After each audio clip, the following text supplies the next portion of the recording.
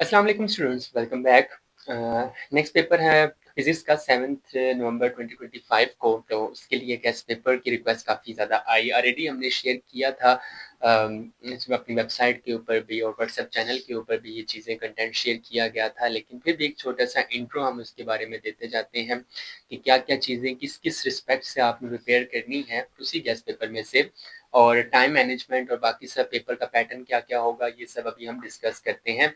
सो physics का paper है second year का, सेकंड एनुअल का। उसमें ऑलरेडी पेपर के अंदर 3 सेक्शंस आपको मिल जाते हैं जिस तरह बाकी पेपर्स में थे। एमसीक्यूज का सेक्शन है, शॉर्ट क्वेश्चन आंसर्स का सेशन है, और फिर उसके बाद लॉन्ग क्वेश्चन आंसर्स का सेशन है। अच्छा, एक चीज जो यहाँ पर इम्पोर्टेंट है कि आपको फार्मूलाज जो होते हैं वो साथ साथ गिवन होते हैं बिल्कुल बेस पर। पेपर के एंड में सारे फार्मूलाज मेंशन होंगे जो इस पेपर में आप यूज करते हैं। तो एमसीक्यूज की बात करें तो 17 मार्क्स का एमसीक्यूज होता है। 17 मार्क्स के जो एमसीक्यूज हैं वो उसके लिए आपको 20 मिनट्स मिलते हैं। उस 20 मिनट्स के अंदर अंदर आपने 17 मार्क्स के जो 17 एमसीक्यूज जो हैं वो कम्प्लीटली फिल करने होते हैं। अब यहाँ पर मिस्टेक आती है, बच्चों की मार्क्स कटिंग भी जो होती है वो ज्यादातर एमसीक्यूज में कट करते हैं मार्क्स। अब वो इसकी रीजन क्या है? बहुत जल्दबाजी में आप अटेम्प्ट करते हैं, बबल गलत फिल कर दिया, कोई बबल मिस कर दिया, ठीक है, और उसके अलावा आंसर आपको आता होता है लेकिन आप बाकी ऑप्शंस को रीड नहीं करते, तो उसमें भी कोई एरर आ जाता है। तो जब भी आपने एमसीक्यूज करना है तो बड़ा कॉन्फिडेंट होकर और हर आंसर को डबल चेक लाजमी कीजिएगा जब मार्क करने से पहले। और अगर किसी का आंसर नहीं आता तो उसमें एक छोटा सा डॉट लगा लें ताकि आपको आइडिया रहे कि ये इसका आंसर था। अगर बिल्कुल एंड में टाइम नहीं बचता तो आप उसी आंसर को सर्कल कर दें, लेकिन अगर आपके पास टाइम बच जाता है उस क्वेश्चन को आप रिव्यू करें और रिव्यू करने के बाद आप उसको सर्कल कर सकते हैं। तो एमसीक्यूज जो है वो आपने बड़े कॉन्फिडेंट होकर और अच्छी तरह अटेम्प्ट करने हैं। अगर आप इसमें 17 आउट ऑफ 17 मार्क्स अचीव कर लेते हैं तो फुल मार्क्स आने के चांसेस आपके सबसे ज्यादा होते हैं। तो यहाँ पर एमसीक्यूज अगर आप 100% कर लेते हैं तो शॉर्ट क्वेश्चन आंसर्स में तो ऑलरेडी देखें आप, हर क्वेश्चन में दो ऑप्शन, हर क्वेश्चन में दो पार्ट्स हैं, आपने कोई एक अटेम्प्ट करना है। अब अगर आपने अच्छी प्रिपरेशन की है तो ऐसा पॉसिबल बहुत कम होता है कि आपको दोनों पार्ट्स ही ना आते हो, एटलीस्ट एक पार्ट लाजमी आता होता है। तो पेपर में आपको 100% मार्क्स अचीव करने से कोई रोक नहीं सकता, लेकिन उसके लिए कंडीशन यही है कि अगर आपके एमसीक्यूज ठीक हो जाए। तो एमसीक्यूज के लिए मॉडल पेपर्स हमने ऑलरेडी शेयर किए हुए हैं, 7 चैप्टर्स हैं। जितने सारे चैप्टर्स के साथ ही सब चैप्टर्स के 10 चैप्टर्स के हमने मॉडल पेपर्स अपलोड किए हैं। वहां पर एमसीक्यूज हैं, बुक के एंड में जो एमसीक्यूज हैं वो प्रैक्टिस कर लें। मॉडल पेपर्स के जो स्टार्टिंग में 17 एमसीक्यूज हैं वो आप प्रैक्टिस करें तो आपके 100% मार्क्स इसमें एमसीक्यूज में इंशाल्लाह आ जाएंगे। अब शॉर्ट क्वेश्चन आंसर्स की बात करें तो शॉर्ट क्वेश्चन आंसर्स जो होते हैं आपके पास 14 शॉर्ट क्वेश्चन अटेम्प्ट करने होते हैं। 3 मार्क्स का एक शॉर्ट क्वेश्चन होता है। तो इस तरह आपके ये ऑलमोस्ट 42 मार्क्स जो हैं यहाँ से बन जाते हैं। तो 42 मार्क्स आपके यहाँ से मिल गए शॉर्ट क्वेश्चन से। अब शॉर्ट क्वेश्चन में आपको पता है कि पहला क्वेश्चन होगा, फिर और का पार्ट होता है, सेकंड क्वेश्चन, फिर इसी तरह क्वेश्चन, फिर और का पार्ट आ गया, फिर सेकंड क्वेश्चन। तो ये क्वेश्चन आपके आते हैं। तो जब आपने स्टार्टिंग वाले पार्ट से देखने हैं, दोनों क्वेश्चंस को आपने कंपेयर करना है। ये नहीं है कि आपको फर्स्ट पार्ट आता है तो आपने डायरेक्ट उसी को अटेम्प्ट करना शुरू करके चेक कर लें क्या सेकंड पार्ट ज्यादा इजी और जल्दी हो सकता है या नहीं हो सकता। तो कंपेयर लाजमी करना होता है। आपने जल्दबाजी में वो क्वेश्चन अटेम्प्ट नहीं कर लेना कि जो आपको बस आता था, नॉर्मली आता था, उसमें मार्क्स कट हो सकते थे और आपने देखा ही नहीं कि दूसरा जो पार्ट था वो ज्यादा ईजी था, वो ज्यादा अच्छी तरह आपको अटेम्प्ट करने की पॉसिबिलिटीज थी, तो आपने वो अटेम्प्ट करना है। तो क्वेश्चन को रीड करना अच्छी चीज है। पूरे के पूरे पेपर को थॉरली रीड करें, कोई पार्ट आप मिस ना करें, फिर बाद में आप उसमें से सिलेक्ट कर लें कि आंसर आपका क्या होना चाहिए। तो टाइम मैनेजमेंट ये तो थी कि आपने 20 मिनट्स तो डायरेक्ट आपके इस पे लग जाएंगे। पीछे आपके पास बच जाते हैं 180 मिनट्स का टोटल पेपर होता है, 3 घंटे का टोटल पेपर है, जिसमें से 20 मिनट्स आपके यहाँ पर आएंगे, तो बच आपके पास जाते हैं 160 मिनट्स। ठीक है, 160 मिनट्स में आपने तकरीबन तकरीबन 80 मिनट्स तक आपके पास टाइम है। 1 और 20 मिनट्स तक का जो आपके पास टाइम बचता है वो उसमें आपने शॉर्ट अटेम्प्ट करने हैं। और इसमें आप एक शॉट की बात करें तो 5 to 6 मिनट्स तक आप उस शॉट को दे सकते हैं। तो आसानी से 5 मिनट के अंदर एक शॉट हो जाता है। कुछ ऐसे भी हो जाते हैं जो उससे पहले हो जाते हैं, जैसे छोटे-छोटे न्यूमेरिकल टेस्ट होते हैं, फार्मूले में वैल्यूज़ पुट करनी है, आंसर आ जाना है। हाँ, न्यूमेरिकल जब भी आप सॉल्व करते हैं तो इसमें हर फार्मूला लिखना है, प्रॉपर वैल्यूज़ पुट करनी है और उनका आंसर लिखना है विद यूनिट।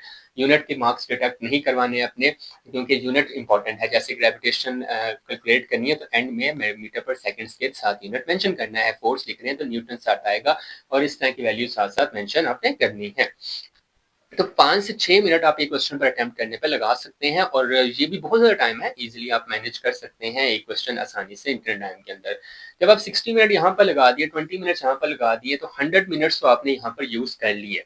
ट्राई करना है आपने 60 टू 65 मिनट्स के अंदर आपने अपने लॉन्ग कंप्लीट करने हैं, सो दैट कि आपके पास एंड में 15 से 20 मिनट या अगर 70 मिनट्स भी आप लगाते हैं तो 10 एक मिनट आपके पास फिर भी बच जाएँ इस रिवाइज़ करने के, एक दफ़ा अपने पेपर को पूरा गो थ्रू करने में।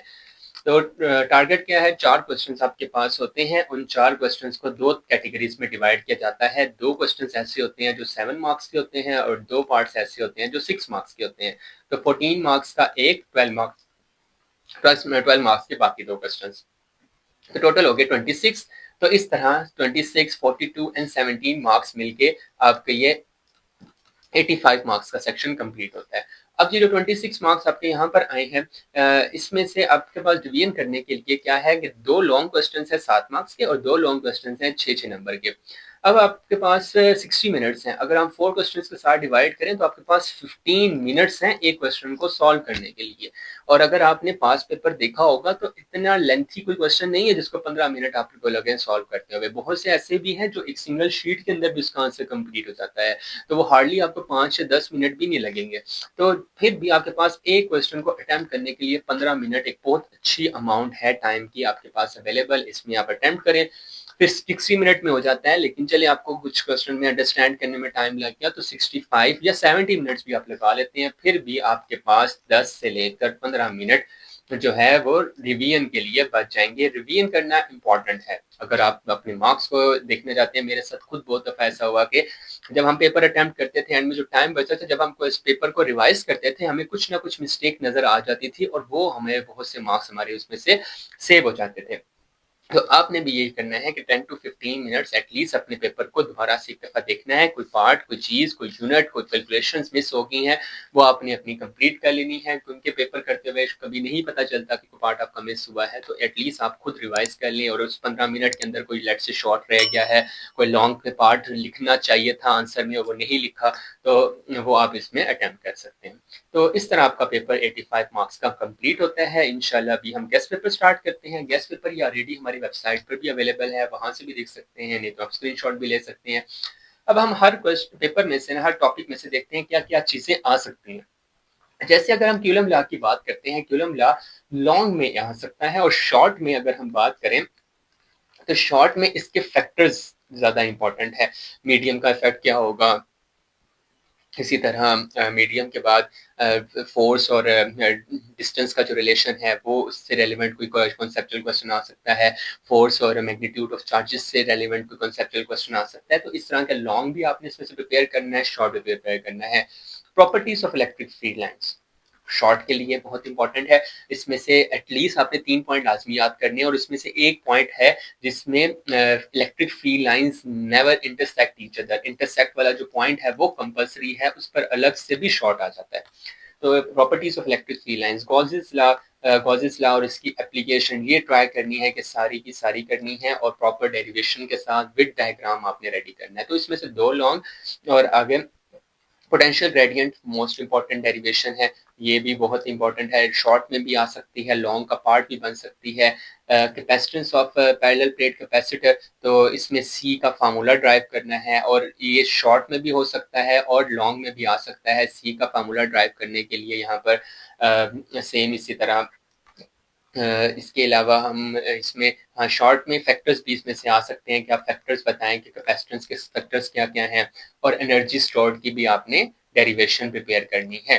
तो इसमें से फर्स्ट टॉपिक जो है कूलम लॉ का, उसमें लॉन्ग आ जाएगा, शॉर्ट प्रिपेयर करना है। Properties of electric field lines में से एटलीस्ट 3 प्रॉपर्टीज इंक्लूडिंग इंटरसेक्शन वाला जो पॉइंट है कि इंटरसेक्ट नहीं करती, वो फिर कॉजेस लॉ और इसकी एप्लीकेशंस लॉन्ग में आ सकती हैं। इलेक्ट्रिक फील्ड लाइन शॉर्ट की डेरिवेशन जो है वो प्रिपेयर करनी है। कैपेसिटेंस की डेरिवेशन है एक शॉर्ट सी, वो प्रिपेयर करनी है। और एनर्जी स्टोर्ड इन कैपेसिटर की डेरिवेशन, और इन्हीं से रेलिवेंट जो न्यूमेरिकल्स है वो भी आप कर सकते हैं। ड्रिफ्ट वेलोसिटी जो है उसमें से शॉर्ट आता है कि ड्रिफ्ट वेलोसिटी के फैक्टर्स बताएं कि क्या क्या है। ओम्स लॉ भी आप शॉर्ट में कर सकते हैं। बाकी effect of temperature on resistivity, ये भी शॉर्ट क्वेश्चन है आपका। पीटीसी और एनटीसी में डिफरेंस करना है प्रिपेयर, या रेडी पे बोर्ड के पेपर्स में भी आया हुआ है। ईएमएफ और पोटेंशियल डिफरेंस, इसमें भी आपने डिफरेंस रेडी करना है। ये भी 9th में भी है, 10th में भी था, फर्स्ट ईयर में भी है, अब तो सेकंड ईयर में भी आ गया। तो ये क्वेश्चन तो आपने पहले भी किए हुए हैं। किरचॉफ की प्रैक्टिस करनी है, किरचॉफ के जो लॉज हैं उसकी प्रैक्टिस करनी है। वो डायग्राम से इक्वेशंस बनानी है। इलेक्ट्रिक सर्किट जो आपको दिए जाते हैं उसमें से अपनी इक्वेशंस बनानी है। इक्वेशंस बनाने के बाद करंट की वैल्यूज और पावर की वैल्यूज कैलकुलेट करनी है। इससे रेलिवेंट न्यूमेरिकल प्रॉब्लम्स आपने लाजमी अटेम्प्ट करने हैं, एटलीस्ट जो बुक में लिखे हुए वो लाजमी कर लेने हैं। और अगर आप एक्स्ट्रा प्रैक्टिस करना चाहते हैं तो मॉडल पेपर्स में से ये रेडी कर सकते हैं। व्हीटस्टोन ब्रिज लॉन्ग के लिए आपने रेडी करना है। और अगर शॉर्ट आया तो उसमें वो करंट के बारे में पूछा जा सकता है कि गैल्वेनोमीटर में करंट 0 क्यों होता है। तो इस तरह आपका चैप्टर नंबर 2 कंप्लीट होगा। 13 चैप्टर में से force on a current carrying conductor है, एम्पियर सर्किट लॉ है, magnetic force on a point charge है, चार्ज टू मास रेशियो है और टॉर्क है। लेकिन हर चैप्टर में से 5 टॉपिक्स ही हैं, तकरीबन ज्यादा टॉपिक्स हमने इंक्लूड भी नहीं किए। Force on a current carrying conductor जो है वो आपने डिराइव करना है, और इसमें से शॉर्ट क्वेश्चन आई थिंक आएगा। और शॉर्ट में जो उसके फैक्टर्स हैं, फैक्टर्स ज्यादा इंपॉर्टेंट है कि फोर्स का करंट के साथ, मैग्नेटिक फील्ड के साथ क्या रिलेशन है। एम्पेयर सर्किट लॉ लॉन्ग हो सकता है। मैग्नेटिक फोर्स इसमें से भी आई थिंक शॉर्ट भी हो सकता है और लॉन्ग भी हो सकता है, दोनों बन सकते हैं। मास टू चार्ज रेशियो कैलकुलेट करनी है, ये भी शॉर्ट के लिए रेडी कर लेना। और torque on a current carrying coil long में अटेम्प्ट करेंगे, और इसमें से आपके शॉर्ट अटेम्प्ट हो जाएंगे। Faraday law of electromagnetic induction, ये शॉर्ट में भी आता है, लॉन्ग में भी आता है। लेंज लॉ अपने शॉर्ट में कर लेना है। म्यूचुअल इंडक्शन की डेरिवेशन रेडी करनी है। एसी जनरेटर लॉन्ग क्वेश्चन है, और ट्रांसफार्मर भी लॉन्ग है। तो वैसे जो सेकंड ईयर का कोर्स है ना, मोस्टली उसमें लॉन्ग क्वेश्चन ज्यादा हैं जो अटेम्प्ट करने वाले हैं, उसी में से फिर शॉर्ट भी काफी बन जाते हैं। ट्रांसफार्मर में से शॉर्ट भी आ सकता है, लेकिन अगर आप रॉन्ग के लिए अटेम्प्ट कर लेते हैं इस चैप्टर में से ये 2 क्वेश्चंस, बाकी डेरिवेशंस वगैरह, तो आपका ये चैप्टर कंप्लीट इंशाल्लाह रेडी हो जाएगा। और मैं अगेन रिपीट कर रहा हूँ, जो टॉपिक्स हमने यहाँ पर मेंशन किए हैं उनसे रेलिवेंट एग्जांपल्स एक एक लाजमी प्रैक्टिस कर लेनी है जो भी इस टॉपिक के साथ एसोसिएट है। तो आपके न्यूमेरिकल्स हो जाएंगे, आपको बस वैल्यूज पुट करना आ जाएगी, पता चल जाएगी कौन सी टर्म का क्या मतलब है, और एटलीस्ट आप फार्मूले में वैल्यूज एंटर कर सकते हो। टर्मिनोलॉजीज में से भी अगर आप देखें तो रूट मीन स्क्वायर वैल्यू वाला जो है वो ज्यादा इंपॉर्टेंट है, वो याद कर लेना है। चॉक कॉइल जो है वो शॉर्ट क्वेश्चन आपका बन सकता है। आरएल सीरीज, इसकी डेरिवेशन डायग्राम, ठीक है, जो वेक्टर डायग्राम है वो भी बनानी है। इम्पीडेंस शॉर्ट क्वेश्चन आ सकता है, ये आपका वैसे लॉन्ग क्वेश्चन बनेगा। आरएल सीरीज सर्किट, इसी तरह आरएलसी सीरीज सर्किट भी आपने लॉन्ग में करना है, और मैक्सवेल इक्वेशन भी लॉन्ग में है। नेक्स्ट इज मैक्सवेल, बहुत ज्यादा वैसे लेंथी है। मेरे प्रेफरेंस में अगर हम बात करें तो आर एल सी सर्किट या R L C series circuit जो है वो इंक्लूड हो सकता है पेपर के अंदर। क्लासिफिकेशन ऑफ सॉलिड, ये वैसे केमिस्ट्री के पेपर में भी पेपर क्वेश्चन आया था। क्रिस्टाइन सॉलिड और अमोर्फस सॉलिड में डिफरेंस करना है, आपने पॉलीक्रिस्टाइन में साथ ऐड करना है, तीनों में डिफरेंसेस होंगे। ये हमने जो शॉर्ट क्वेश्चन का आंसर पार्ट नंबर 1 हमने अपलोड किया उसमें इसका आंसर भी मेंशन है। मॉडुलस ऑफ इलास्टिसिटी, तीनों टाइप्स आपने करनी है। ये लॉन्ग के लिए आपने रेडी करना है। डक्टाइल और ब्रिटल सब्सटेंस शॉर्ट है। एनर्जी बैंड थ्योरी इसमें लॉन्ग है, ये भी आप शॉर्ट के लिए कर लीजिएगा। Domain theory, classification of magnetic materials, magnetic materials की क्लासिफिकेशन भी आपने डिफरेंस की बेस पर करनी है, ठीक है। फेरोमैग्नेटिक, पैरामैग्नेटिक और डायमैग्नेटिक सब्सटेंसेस और हिस्टेरेसिस लूप जो है लॉन्ग में रेडी करना है। Next is dropping of impurities और रेक्टिफिकेशन, रेक्टिफिकेशन का टॉपिक लॉन्ग में आपने रेडी करना है, हाफ वेव भी करना है, फुल वेव भी करना है। मोस्टली फुल वेव रेक्टिफिकेशन आ सकता है आई थिंक, लेकिन आपने रेक्टिफिकेशन के दोनों पार्ट्स करने हैं।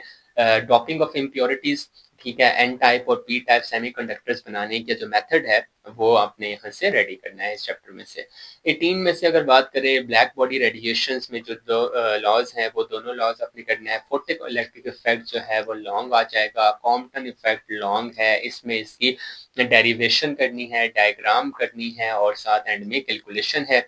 डेविसन जर्मर एक्सपेरिमेंट वैसे लॉन्ग में बनता है और wave nature of particle let's short में कर लेनी है। उसमें जो फार्मूला है ना एंड में, उससे आपने न्यूमेरिकल्स प्रॉब्लम भी सॉल्व करने हैं।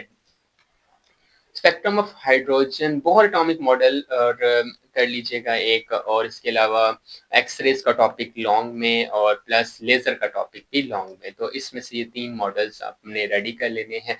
तो अगर लॉन्ग करते हैं तो ऑब्वियसली बात है उसमें से शॉर्ट आप अटेम्प्ट कर सकते हैं। इस वजह से मैं लॉन्ग ज़्यादा प्रेफर करता हूँ कि हर चैप्टर में से आप लॉन्ग क्वेश्चन अटेम्प्ट कर लें, उसमें से अगर कोई शॉर्ट आता है तो वो भी आपका कवर हो जाएगा। तो अगर पूरा क्वेश्चन नहीं भी कवर होता तो कुछ ना कुछ इन्फॉर्मेशन आप उसमें ऐड अप कर सकते हैं। अगर आपको बिल्कुल ही सेकंड पार्ट भी नहीं आता, फर्स्ट पार्ट आता था लेकिन आपने उसमें से लॉन्ग अटेम्प्ट किया हुआ था, थोड़ी बहुत इन्फॉर्मेशन रेलिवेंट आप लिख सकते हैं तो मार्क्स आपके डिडक्ट नहीं होंगे, थोड़े बहुत आपको मिल जाएंगे उसमें से। मैस स्पेक्ट्रोग्राम है, ये लॉन्ग में आपने रेडी करना है और हाफ लाइफ आपने लॉन्ग में रेडी करना है। इसमें से आपने साइकिल जो लिखा हुआ है वो आपने रेडी कर लेना है न्यूक्लियर फिशन रिएक्शन के अंदर और फ्यूजन रिएक्शन के अंदर जो चेन रिएक्शन चलते हैं वो वाला यहाँ पर करना है।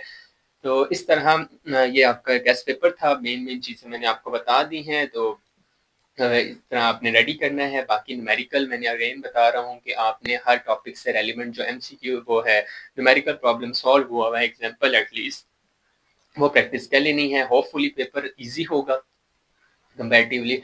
जो फर्स्ट एनुअल के पेपर्स अभी तक आए हैं उससे कंपैरिजन करें सेकंड एनुअल के पेपर में तो बहुत ज़्यादा डिफरेंस है। मींस काफ़ी इजी क्वेश्चंस आ रहे हैं। तो इंशाल्लाह जो सेकंड एनुअल फिजिक्स का सेकंड ईयर का पेपर होगा वो भी काफ़ी अच्छा होगा।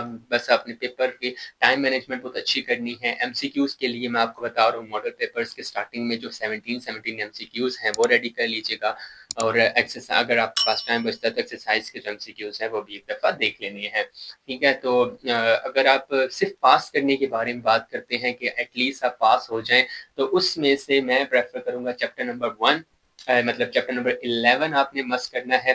ठीक है, 12 की बात करें, 12 कर लें चैप्टर, और उसके बाद चैप्टर नंबर आप 14 कर सकते हैं।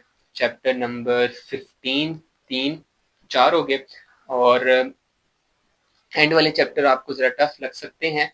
तो ये 16 चैप्टर, आप 5 चैप्टर्स अपने एटलीस्ट लाजमी करने हैं, तो होपफुली 50 to 60% पेपर जो है वो तो मस्ट हो ही जाएगा। और बाकी आप अपने ऊपर देख सकते हैं कि कितना जो है वो आपके पास पोटेंशियल है, कितना टाइम आपके पास अवेलेबल है, तो आप ही बाकी चैप्टर्स कर सकते हैं। लेकिन अगर आप सिर्फ लिमिटेड में ही जाना चाह रहे हैं तो मेरे ख्याल से कि ये 5 चैप्टर्स करने से आपका ये हो जाएगा। मोस्टली बुक जो है वो मोस्टली पेपर क्वेश्चंस आपके कवर हो सकते हैं। So best of luck preparation के लिए। बाकी जो क्वेश्चंस हुआ आपके जो कमेंट में सेक्शन में पूछ सकते हैं, व्हाट्सएप पर मैसेज कर सकते हैं। जैसे ही हमें आपको मैसेज मिलता है एज सुन एज पॉसिबल हम रिप्लाई करने की कोशिश करते हैं। मैसेजेस बहुत ज़्यादा होते हैं तो स्टूडेंट्स कंप्लेन करते हैं कि आप मैसेज रिप्लाई नहीं कर पाते प्रॉपर टाइम पर। तो रीज़न यही है कि ऑब्वियसली बात है, व्हाट्सएप पे हमारे पास तकरीबन 2200 के अराउंड स्टूडेंट्स हैं। आपके फेसबुक के स्टूडेंट्स हैं, इंस्टाग्राम में स्टूडेंट्स हमारे हैं, फिर यहाँ पर चैनल पर यूट्यूब चैनल है वहाँ पर आपके स्टूडेंट्स हैं। तो ऑब्वियसली बात है इतने ज़्यादा स्टूडेंट्स को आंसर करना मीन रियल टाइम में तो पॉसिबल नहीं होता। तो जितना जैसे जैसे हमें जिस चीज़ का मैसेज मिलता जाता है ट्राई करते हैं हम सबको as soon as possible reply करें। सो आप प्रिपरेशन करना स्टार्ट करें। इंशाल्लाह आपका पेपर है 7 नवंबर को, तो वो आज 5 नवंबर है, तो अभी आपके पास कल का दिन भी अवेलेबल है, आज का दिन भी अवेलेबल है। इन चैप्टर्स को अपना स्ट्रॉन्ग कर लें। पास पेपर का जो हमने वहाँ पर अपलोड किए हुए, जो आप फर्स्ट ईयर के फर्स्ट एनुअल के जो पास पेपर हुए था उसको अपनी अच्छी तरह अटैम्प्ट करना है। उसमें से कोई क्वेश्चन है आप पूछ सकते हैं। ऑब्वियसली बात वीडियो बनाना थोड़ा मुश्किल है, टाइम इतना नहीं है क्योंकि बहुत सारे पेपर्स हैं। आज कंप्यूटर का पेपर है, फिर उसके बाद हमारा फिजिक्स का पेपर है फर्स्ट एनुअल का, फर्स्ट ईयर वालों का, फिर सेकंड ईयर वालों का ये फिजिक्स का पेपर है, उनसे पहले है। मतलब बहुत सारी चीज़ें एक साथ आ जाती हैं, तो ऑब्वियसली बात है बाकी अकेडमीज और इन सब चीज़ों को भी हमने साथ साथ लेकर चलना होता है। तो आप प्रिपेयर करें, इंशाल्लाह हम ट्राई करेंगे आपके साथ जैसे जैसे आपको आंसर कर सकते हो करेंगे। तो बेस्ट ऑफ लक प्रिपरेशन के लिए। अल्लाह।